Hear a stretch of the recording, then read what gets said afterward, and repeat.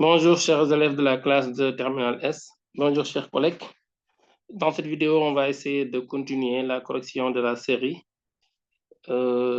étude d'un dipôle RLC forcé en Terminal S2. L'exercice a été proposé au baccalauréat de 2020, série S2. Dans l'exercice, on nous dit un groupe d'élèves se propose de déterminer expérimentalement certaines capacités, certaines caractéristiques d'un dipôle RLC. Puis d'en déduire la puissance moyenne consommée ainsi que le facteur de qualité. Pour cela, il monte en série un résisteur de résistance R0, 10 ohms, une bobine d'inductance L 0,1 Henry, de résistance R et un condensateur de capacité C. Ensuite, il applique aux bornes du dipôle une tension alternative U de T égale U max sinus de 2 pi nt de fréquence N réglable. Le groupe visualise simultanément à l'aide d'un oscilloscope bicourbe les deux tensions UR0 de T et U de T respectivement aux bornes du résisteur R0 et aux bornes du dipôle RLC, figure 1. C'est la figure en haut. Il obtient la figure 2. La figure 2 ci-dessous, où sont reproduits les oscillogrammes visualisés. Les sensibilités verticales et horizontales sont indiquées sur la figure 2 et valent respectivement 2 volts par division et 5 sixièmes de millisecondes par division. Première question, 1.1. Montrez que la courbe A représente l'évolution de la tension aux bornes du dipôle RLC. C'est la première question de montrer que la courbe 1, premièrement,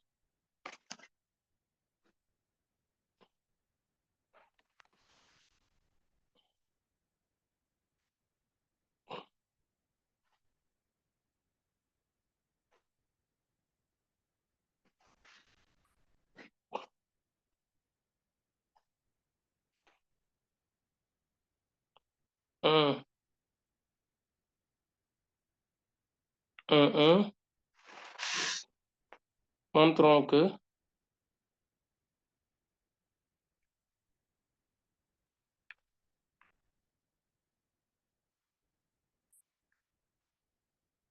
la courbe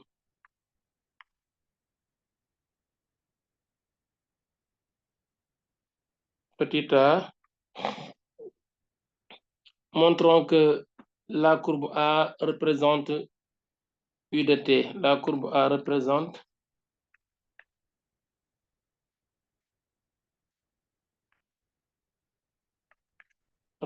la tension U de T.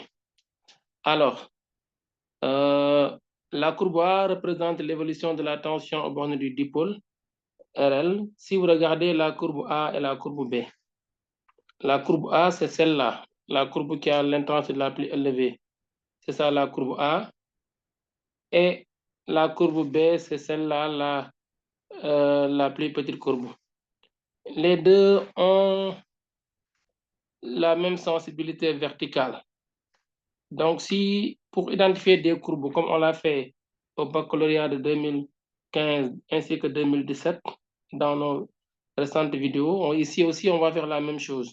On calcule les tensions maximales. U max pour la courbe A et U max pour la courbe B. La tension maximale d'une fonction sinusoïdale est égale au nombre de divisions qui séparent l'axe origine des temps et l'amplitude maximale. Ici, l'axe est là. On va essayer de mieux représenter l'axe pour mieux comprendre, pour mieux voir. On va retracer l'axe. C'est clair, mais on va retracer quand même. L'axe origine est là. Donc, voici l'origine de l'axe. L'origine des temps, l'axe des temps, excusez-moi. L'amplitude maximale, c'est le point le plus élevé de la courbe. Il est là. Ou ici, si vous voulez. Maintenant, le nombre de gradations, le nombre de divisions entre l'axe des temps et l'amplitude maximale, ici, c'est ça, le nombre de divisions. 1, 2, 3, il y a 4 divisions. C'est de là jusqu'ici. Voilà cette longueur-là qu'il faut voir en termes de division. Donc, nous avons ici 4 divisions. On va prendre 4 div.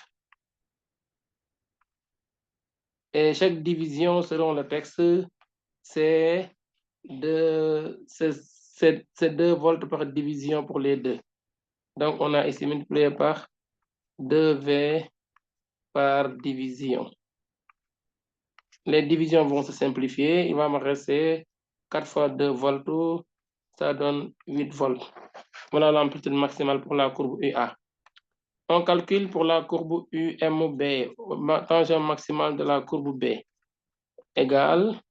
Là, maintenant, c'est juste sur un seul carreau, sur une seule division. C'est de là à là. C'est de là à là la longueur. Donc, ici, c'est une division. C'est sur une division, on va le prendre. Une division qui multiplie chaque division, c'est 2 volts par division, multiplié par 2 volts par division. Si on le fait, les divisions vont se simplifier. On aura ici comme résultat égal à 2 volts.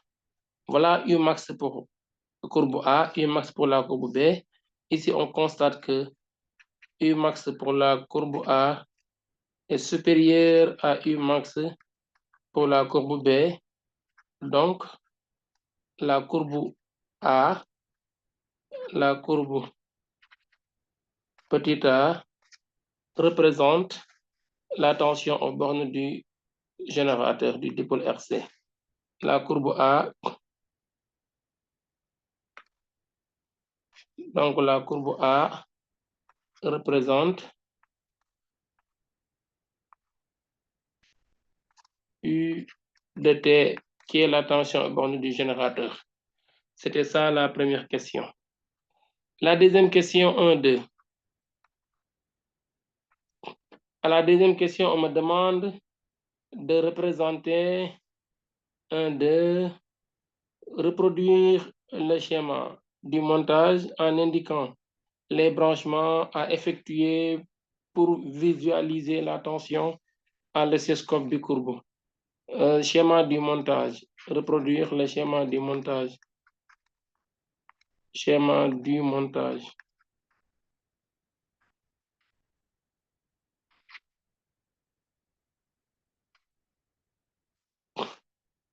Pour le schéma du montage ici, nous avons ceci.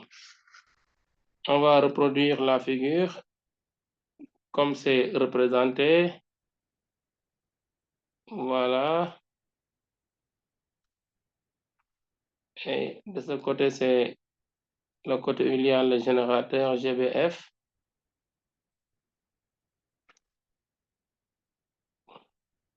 Là, c'est le résistor R0. Ici, nous avons la bobine d'inductance L. Et de ce côté-là, nous avons le condensateur. C, LR. Et voilà. Le générateur GBF, on représente comme ça. Là aussi, c'est une façon de représenter le générateur basse fréquence. Voilà. Maintenant, comme je vous l'avais expliqué dans les vidéos précédentes, au bac de 2017 et de 2015, ici, nous avons le résistor et le générateur. Donc, la masse doit être entre les deux dipôles.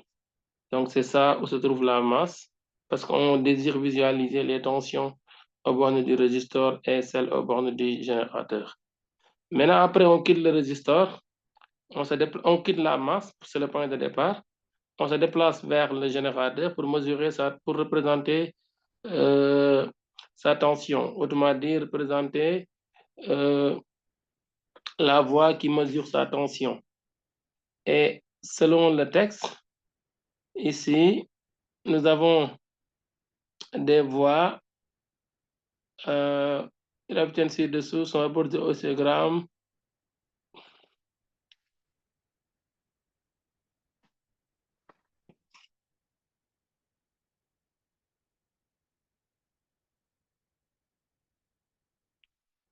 Alors, on va voir les voies. Ensuite, il applique aux bornes du dipôle une tension alternative. Le groupe d'élèves visualise simultanément à l'aide d'un courbes les deux courbes respectivement aux bornes du résistor, aux bornes du dipôle. Il obtient les histogrammes visualisés, les sensibilités verticales étant les mêmes. Reproduire le schéma du montage en indiquant les branchements effectués pour visualiser les tensions aux bornes. Bon, disons ici, c'est la voie YA pour la courbe du générateur YA. Et là, maintenant, c'est la voie YB. Les voies sont notées YA, YB ou Y1, Y2 ou voie 1, voie 2. Maintenant, de l'osseuse de la masse après le résistor, on met la voie YB pour la tension UB. Voilà ce qu'il faut. Bon, ça, c'était la tension borne du dipôle. C'était déjà représenté UDT. C'est comme ça le branchement de l'oscilloscope. On passe à la question 2. 1, après 1, 2, après la question 2. À partir des oscillogrammes déterminés, on demande de déterminer, déterminons 2.21,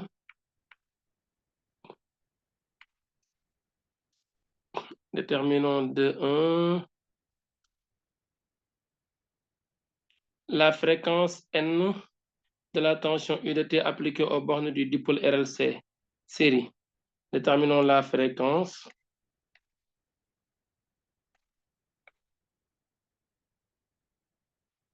La fréquence N.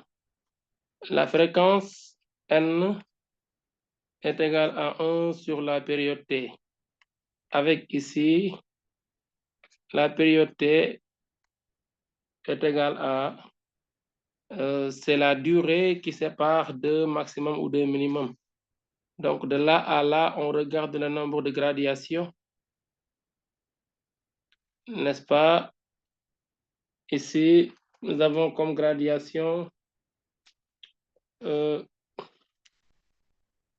on quitte ici, bon, on va le voir ici, c'est plus clair là. On quitte ici au milieu d'une gradation. On se termine là aussi sur le milieu d'une autre gradation. Entre les deux milieux, il y a 1, 2, 3, 4, 5. Et les deux milieux de là et ici, ça fait une gradation. Donc, au total, on a 6 gradations entre deux minimums. C'est la même chose aussi pour les deux maximums. Donc, on aura ici 6 divisions. Je veux dire 6 divisions. Multiplié par, selon le texte, chaque division, c'est 5 sixièmes de millisecondes. Multiplié par 5 sur 6 millisecondes. Donc, 6 gradations multipliées par 5 sixièmes de millisecondes, millisecondes par division. Voilà. Les divisions vont se simplifier, de même que les 6. Donc, on aura finalement comme la période T égale à 6 millisecondes. Alors, 6 millisecondes, d'où la fréquence N égale à 1 sur 6 millisecondes. 6 millisecondes, ça donne 1 sur 0,06. 0,006, voilà. C'est ça, 6 millisecondes, donc c'est 6 secondes. Excusez-moi, c'est 5 millisecondes. C'est pas 6, donc là, c'est les 6 qui vont se simplifier, il reste 5. Donc 1 sur 0,05, et ça donne 200 Hz. Voilà la fréquence N demandée. Après la question de 1, la fréquence N, de 2, la valeur maximale de l'intensité. De 2, la valeur maximale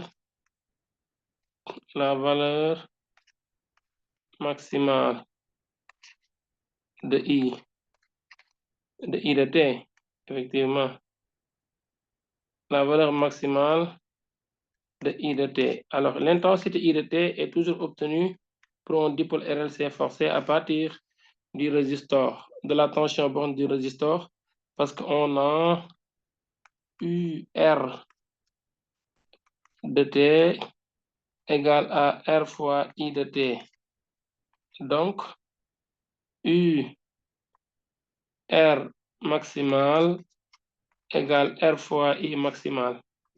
Par conséquent, I maximal égale à UR maximal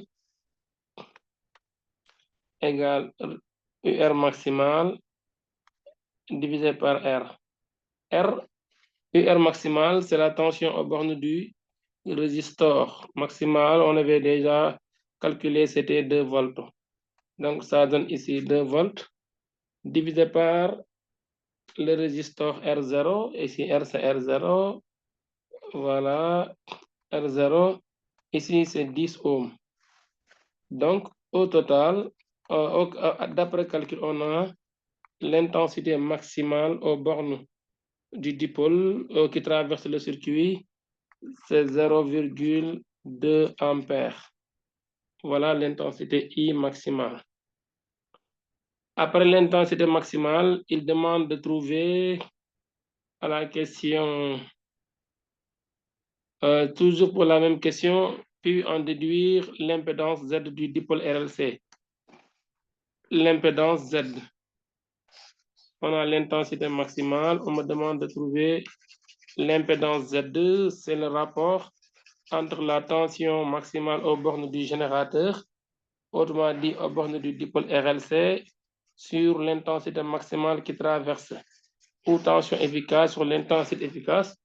On peut utiliser aussi les autres formules avec le diagramme de Fresnel, mais on a ici l'impédance Z égale à U maximal pour le générateur sur I maximal, car c'est Z du dipôle. U maximal pour le générateur, c'est 8 volts, n'est-ce pas? Divisé par I maximal, c'est 0,2. On avait calculé ça tout à l'heure. Sur 0,2. Et ceci nous donne 40 ohms.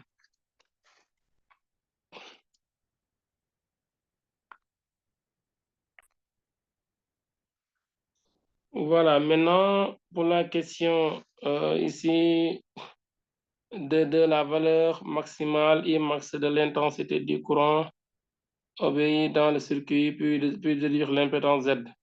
2, 3. La question 2, 3. Le déphasage de l'intensité du courant I de T par rapport à la tension U de T.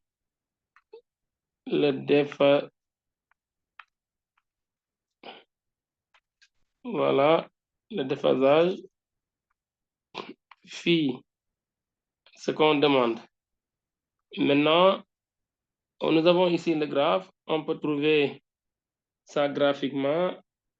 On va mettre ici valeur absolue de phi égale 2pi fois décalage horaire sur la période. Mais vu que nous avons la même sensibilité, la sensibilité horizontale, donc ici on peut dire égal à 2pi multiplié par petit d. Petit d, c'est l'écartement entre les deux courbes, fois effectivement la sensibilité horizontale pour avoir le décalage horaire. Sur la période, c'est grand D, c'est l'écartement entre les deux maximums, multiplié par aussi sensibilité verticale, horizontale, excusez-moi. Les deux sensibilités se simplifient, donc ça nous fait 2pi petit d sur grand D.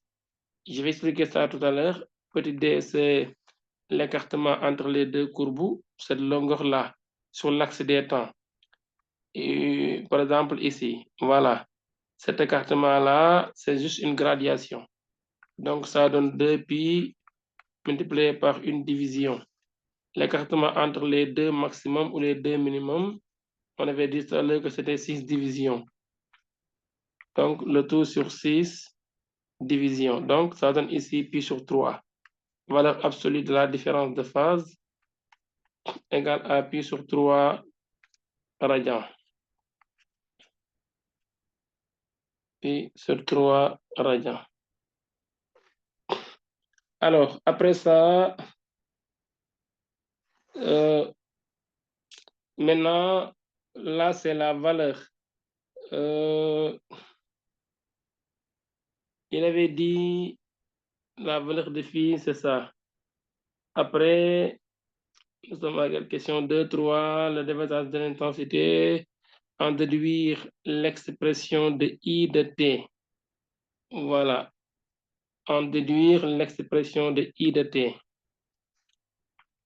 L'expression de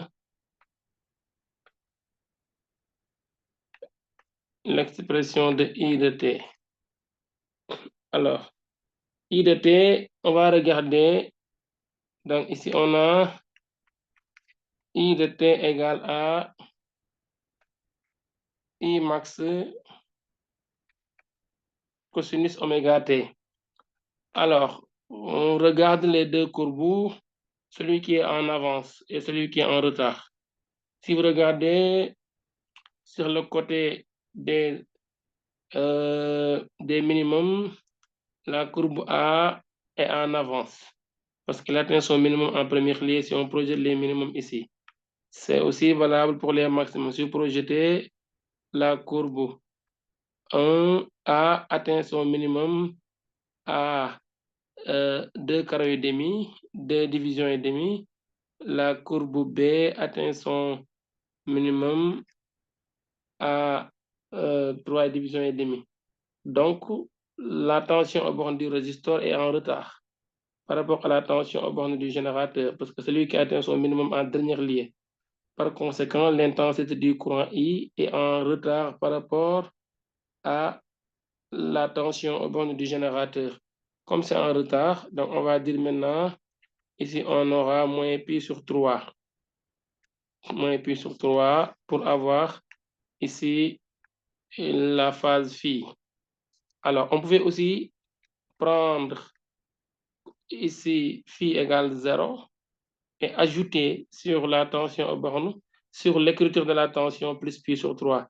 Maintenant, quand on met le moins pi sur 3 ici, sur l'écriture de la tension, normalement, on met 0 parce que celui qui est en avance, donc la différence de phase, c'est pi sur 3. Celui qui est en retard, il le prend négativement, l'autre, il n'a pas de phi. Ou bien celui qui est en avant, il le prend positivement, l'autre n'a pas de phi, ça dépend de vous. Pour mieux comprendre, je vous renvoie dans l'autre vidéo sur l'exercice numéro 1, baccalauréat 2015. Voilà, c'est dans dans les vidéos de force, les premières vidéos. Voilà, maintenant, Imax, on l'a déjà calculé, on remplace par sa valeur. Alors, voilà, si vous regardez ici, voilà, ce qui nous guide, c'est que là, l'écriture de U de T, il n'y avait pas de phi. C'est comme ça, on l'écrivait sur le texte au bac. Alors que il y a une déphasage de pi sur 3 dont l'intensité est en retard et U de T n'a pas de n'a pas de phase. C'est à l'origine, donc c'est sur l'axe origine. Donc l'autre qui est en retard, donc il le prend négativement. S'il était en avant, il allait prendre ça positivement. Voilà la compréhension. Donc ici, on remplace, on aura ici I max 0,2 ou 4. I max, on avait trouvé combien? 0,2, oui. Bon, pour harmoniser, on pouvait prendre aussi le sinus. Hein. Voilà, parce que là, il a déjà un sinus. Donc, on va prendre donc, des mêmes trucs. Voilà, donc ici, sinus de oméga t moins pi sur 3. On peut écrire par cosinus ou par sinus. Donc, finalement, ici, quand je remplace, j'aurai ici I de t égale I max 0,2 sinus de oméga t. Oméga, c'est 2 pi fois fréquence. 2 pi nt moins pi sur 3. Voilà l'écriture de la tension U de t. I de t. Après, la question 2, 3. Le circuit est-il capacitif ou inductif? Ici, nous avons le générateur qui est en avance. La tension du générateur est en avance par rapport à l'intensité I, donc le circuit est inductif. Ça, c'est dans le cours. Le circuit est inductif. Pourquoi? Car U de T est en avance par rapport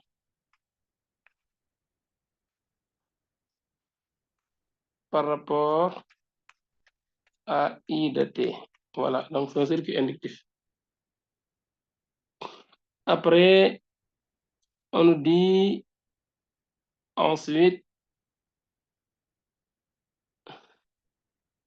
troisième question, à partir de ces résultats précédents, déterminer la résistance.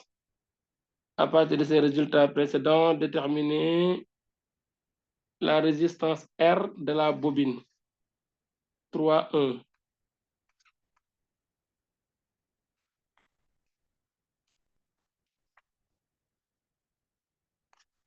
La résistance R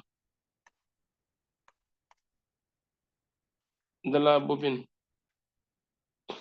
Alors, pour la résistance de la bobine, on peut appliquer, si vous voulez, tangente phi ou cosinus phi. On a déjà phi. Maintenant, on sait que, alors ici, ouais, parce que la tangente phi, ça va introduire capacité C, on n'a pas encore la capacité. Donc, on a ici cosinus phi égale à somme de R sur Z. Somme de R sur Z. Donc, Z fois cosinus phi égale R0 plus petit r. Je vais terminer ça ici. Petit r égale Z fois cosinus phi moins R0. Voilà. Donc, petit r égale l'impédance Z, on l'a déjà calculé, c'est 40 fois cosinus de phi. Phi, on a la valeur absolue. Maintenant, on voit que l'intensité I est en le circuit est inductif. Donc, phi, c'est pi sur 3 par rapport à la tension, ou moins pi sur 3 par rapport à l'intensité. Donc, moins R0. R0, c'est 10 ohms, non? Oui, R0, c'était 10 ohms. Donc, la résistance, même si c'était moins pi sur 3, ça allait être la même chose parce que cosinus de alpha et cosinus de moins alpha, c'est la même chose. C'est les sinus qui sont inverses, qui sont opposés, oui. Alors, maintenant, donc ici, petit r égale à aussi 10 ohms, d'après calcul. Voilà, maintenant, on passe à la question 3.2, la capacité C du condensateur. Il demande de trouver la capacité C du condensateur.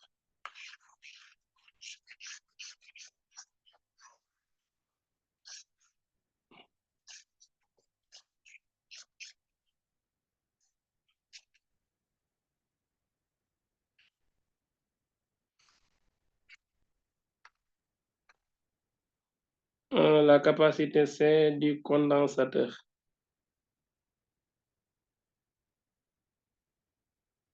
C'est la question 3.2. 3.2. On me demande de trouver la capacité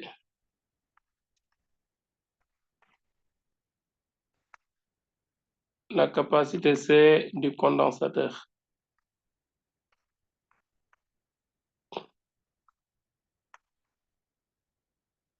Alors, pour la capacité C du condensateur, nous avons ici toujours, on peut appliquer les formules extraites du diagramme de Fresnel. Là, c'est à retenir ces formules-là parce que vous en aurez besoin. Cosinus phi, tangente phi, tout ça, c'est à retenir. Donc, c'est des formules du cours. Donc, c'est L oméga moins 1 sur C oméga, le tout sur somme de R. Donc ça, R0 plus R, c'est la somme des R. Donc cela veut dire que ici, on a donc ici somme des R multiplié par la tangente de phi égale L oméga moins 1 sur C oméga. Maintenant, quand on transpose ici, on aura 1 sur C oméga, il vient là. On a ici L oméga moins somme des R fois tangente phi. On inverse, C oméga égale 1 sur L oméga moins somme des R multiplié par tangente phi. Et finalement, donc ici, la capacité C du condensateur égale 1 sur oméga facteur 2 L oméga moins somme des R fois tangente phi. Voilà ce que nous avons ici. Et si vous faites les calculs, vous remplacez vos calculés, vous allez trouver 8,75 10 puissance moins 6 farad, c'est-à-dire 8,75 microfarad. C'est ça. C'est la question 3.2. La question 3.3, il demande de déterminer la puissance moyenne. Ça aussi, c'est dans le cours, la formule. La puissance moyenne, c'est le produit UI fois cosinus phi. C'est la puissance moyenne de base. On a U fois I fois cosinus phi. Et si vous remplacez cosinus phi par sa valeur, on a calculé tout à l'heure. Donc, cosinus phi, c'est somme des R sur Z. On montre que la puissance moyenne aussi peut s'écrire sous la forme somme des R plus R0 sur 2 fois I max au carré. Ou bien somme de R fois I efficace au carré. Toutes les deux formules sont valables. Maintenant, quand je remplace ici, j'aurai comme, quand je fais le calcul, j'aurai comme puissance moyenne, remplacer et calculer, vous allez trouver 0,4 watts. 0,4 watts. C'est ça la puissance moyenne. Après la question, ça c'était 3,3 la puissance moyenne. Quatrième question, le groupe d'élèves règle maintenant la fréquence du générateur à la valeur N0, fréquence propre du dipôle RLC. Déterminer la fréquence N0, l'intensité maximale du courant, le facteur de qualité. Alors, pour la fréquence N0, on va effacer pour avoir de l'espace. On nous a appris dans le cours que si vous variez, si vous faites varier la fréquence en fonction de l'intensité efficace, si la fréquence est si l'intensité est maximale, si vous variez l'intensité en fonction de la fréquence qui fait varier l'intensité, comme il l'a dit ici, le groupe d'élèves maintient règle maintenant la fréquence. Il arrivera un moment où l'intensité efficace est maximale. Cet instant-là est appelé, ou bien ce point est appelé résonance d'intensité. Or, à la résonance d'intensité, donc, la fréquence propre, c'est 4,1. La fréquence du circuit est égale à la fréquence N0. N0, c'est la fréquence d'un dipôle LC. Donc, c'est 2pi sur racine carrée de LC. Ça, c'est à retenir. C'est à la résonance d'intensité qu'on a cette formule-là. Fréquence du dipôle RLC égale à la fréquence du dipôle LC. 2pi, si vous faites le calcul, vous allez trouver ici la fréquence N0 à la résonance égale à 170,35 Hz. Ça, c'était la question 4.1. Pour la question 4.2, il demande de calculer l'intensité maximale du courant. L'intensité maximale du courant à la résonance. Alors, à la résonance, l'intensité maximale. L'intensité maximale I max. Vous avez ici, on a Z égale à U max sur I max. Or, à la résonance d'intensité, à la résonance, on a Z égale somme des R. Maintenant, quand j'égalise les deux, j'aurai ici U max sur I max, formule de base de Z2, c'est égal à somme des R à la résonance. À partir de là, on peut tirer I max. I max égale à U max sur somme des R. Voilà comment on trouve l'intensité. Comment on trouve l'intensité? C'est U max sur grand R plus petit r. L'intensité maximale. Donc, on calcule pour avoir ici I max à la résonance, 0,4 ampères. Vous pouvez vérifier tous ces calculs-là. Les données sont au niveau du texte. C'est pour gagner du temps. Alors, à la dernière question, il demande de calculer le facteur de qualité 4.3. 4.3, le facteur de qualité. Le facteur de qualité. Alors, le facteur de qualité noté Q, c'est égal. Il y a, on a plusieurs formules dans le cours. Maintenant, tout dépend des données. Ici, ils ont donné L et R. On peut prendre cette formule-là, L oméga 0 sur somme des R. Là aussi, c'est une des formules. Dans le cours, les formules, c'est à retenir. Égale aussi 1 sur R racine quart de L sur C égale à N0 sur delta de N. Ou oméga 0 sur delta de oméga. Tout ça, c'est des formules des facteurs de qualité. L, on a oméga, c'est 2pi fois la fréquence N0. Donc, vous remplacez oméga par sa valeur, somme des R par leur valeur. Et ici, on va trouver le facteur de qualité Q égale à 5,35. C'est une grandeur sans unité, car c'est le rapport des grandeurs qui ont les mêmes unités. Voilà ce qui a été demandé au baccalauréat de 2020 pour le dipôle RLC forcé. Merci et bonne compréhension.